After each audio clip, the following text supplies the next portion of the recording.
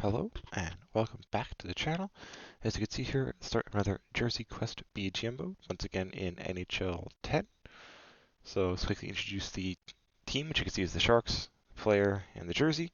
So as we're on our kind of 500 goalies who played over 500 games, so kind of remembering their 500th game, which would be their silver stick game. And last one was obviously Dwayne Rolsa, which was also in NHL 10 with the New York Islanders.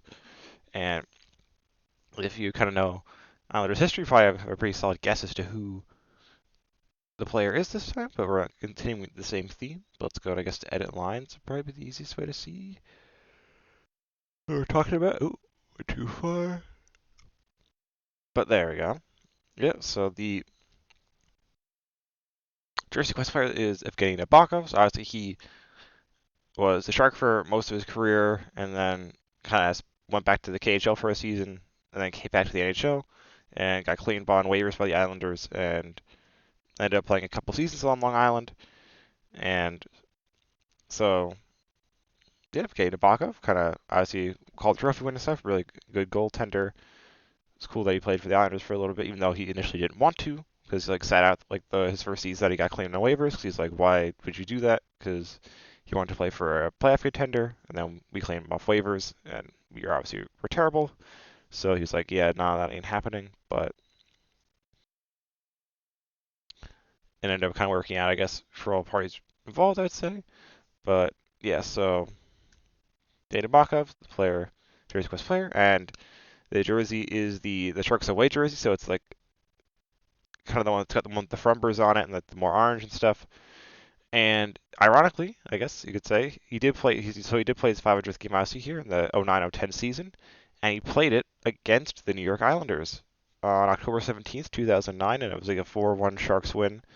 Nabokov played his 500th game, so it's pretty kind of funny. He ended up playing it, as he didn't know at the time, but against the team he would eventually play for in a couple seasons. But it's pretty cool stuff. So yes, the player is Nabokov. The jersey is the away one. And I guess kind of wrap up in terms of expectations for this first season. So obviously the Sharks are very good at this point. This is kind of their heyday. Was this kind of era, and so the Sharks finished first in the Pacific that year, and then also first in the Western Conference with a very impressive record, and then made it all the way to the Western Conference Finals before losing to the eventual worst Stanley Cup champions in history, the 2010 Blackhawks. So the season should be his first season. Honestly, it might be a one season and done one here because we're going to make it all the way to the Western Conference Finals, and then hopefully with like just how stacked this team is, the Sim Engine will be kind of will end up winning the Western Conference Final Series and then the Stanley Cup Final. But if not, we'll just keep chugging along. But hopefully we do. This will be nice, just kind of nice and easy one here this first season. But you have to wait a couple seconds, so I'll stop talking for now. And in a couple seconds will be the 2010 season recap. We'll see if we did end up winning the Stanley Cup. Okay, so here we are at the end of the 2009-10 season. As you can see, I was surprisingly correct in my prediction. We were able to win the Stanley Cup in this first season here, beating the Penguins in 6 games in a preview of what would eventually be the actual 2016 Stanley Cup final. But yeah, so let's get into it. How do we get there? So as you can see, we finished with, I think, very similar record.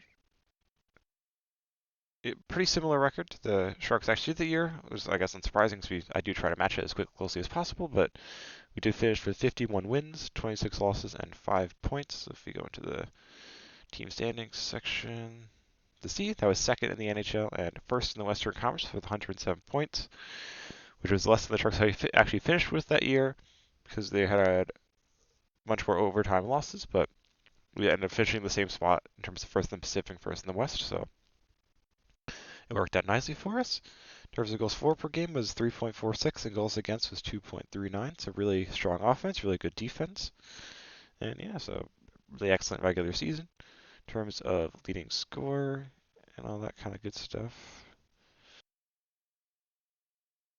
Sort this by points. Our leading scorer was Milan Mahalik with 102 points. Hit the 50 goal mark, 52 assists as well. He was second in the entire NHL in scoring. He was 102. Devin Setoguchi with his 99 was third. And then Jumbo Joe was also in the top 10 with his 96 points in the regular season. So our top line there of Mahalik, Setaguchi, and Thornton was probably arguably the best one in the NHL. So all three were in the top 10 in points. So really good stuff from them. Oops, I did that and didn't go and show Nabokov stats. Let me go and do that. So there we go. So Evgeni Nabokov played pretty much every game, but that was pretty much what happened that season actually for him. Like, I actually did like rotate this time and made sure Grice played in the games he was supposed to have played in that season. And as you know, Nabokov, excellent season, 2.34 goals against, 43 wins, a 908 save percentage, and 11 shutouts. So really excellent season from him. I'd say probably Vezina worthy, IMO. 11 shutouts, really low goals against, and a good save percentage. But yes, that's the regular season. In terms of playoffs, let's kind of go to the playoff tree and take a look. So we got to go this way. Yes, we were the first one seed. We got matched against the Kings in the first round, who were the 8 seed with 87 points. And like that season, that's the Sharks' first round series of the year ended in 6. We won game 1 4-1. Kings won game 2 8-7. We won game 3 6-1. They won game 4 2-1. Then we won the next two 2-1 4-3.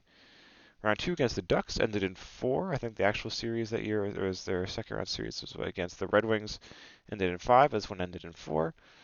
And with 4-2, 6-2, 6-3, and 4-1 wins.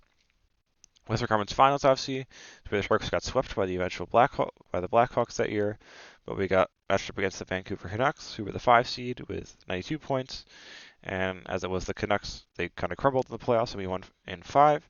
We won game 1 4-0. Then won game 2 5-3. And then we won the next 3 4-3, 3-2, and 1-0 to advance to the Stanley Cup Finals against the Pittsburgh Penguins, who were the President's Trophy winners with 111 points, and therefore the 1 seed in the East.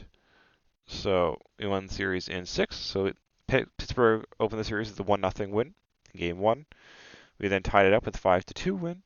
They then took a 2-1 lead with a 4-3 win. And we won the next 3 games 3-2, 5-2, and 5-3 in order to capture the Stanley Cup in 6 games. So pretty cool stuff. You'll see the celebrations and stuff at the end. In terms of scoring, actually, you probably see it actually over here, can't you? There you go. Oh no, you can't because it says top free agents now. So never mind.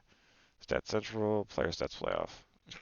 I was trying to save time and then wasted more time trying to do that. Okay. So we sort by points.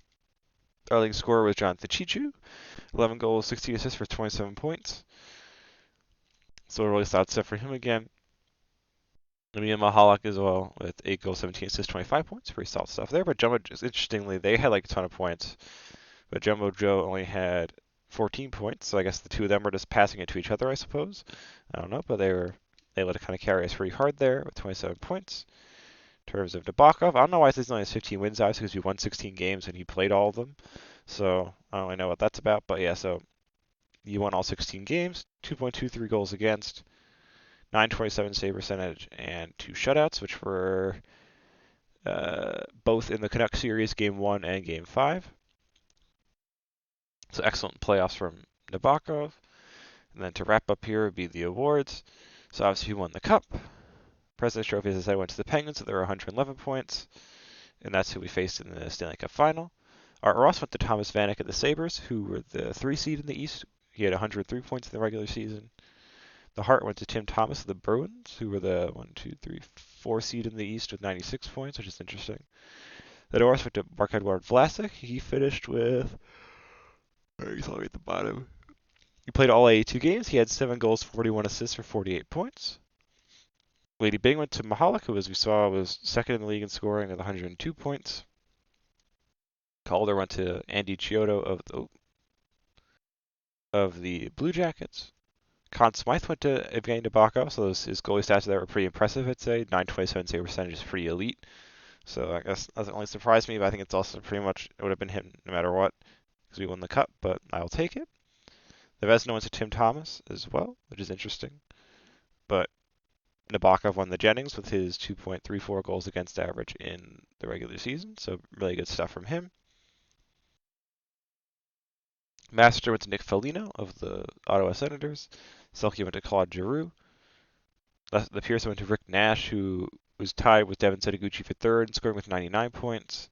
And the Rocket Richard, unsurprisingly, went to Alex Ovechkin, who he was fifth in scoring with his 98 points. So pretty solid season from him. But yeah, so this was a success, thankfully, which I guess wasn't that shock. This was the kind of the Sharks' heyday, and it had a lot of I think because of the roster situation, a lot of players they ended up having to trade to because the cap considerations. We still had them on the roster. Is going to be less than $200,000 of cap space.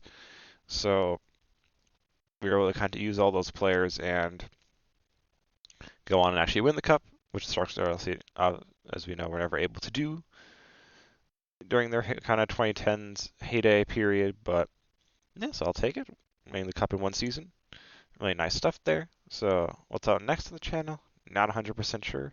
But if I had to guess, probably another Kit Quest career mode, or maybe like a Mario game or something. But I'm guessing it's probably a Kit Quest career mode if I had to put money on it. I think that's what it would be. But hopefully you enjoyed this little series here, episode/series, and hopefully you do check out whatever is next on the channel as well. Thank you.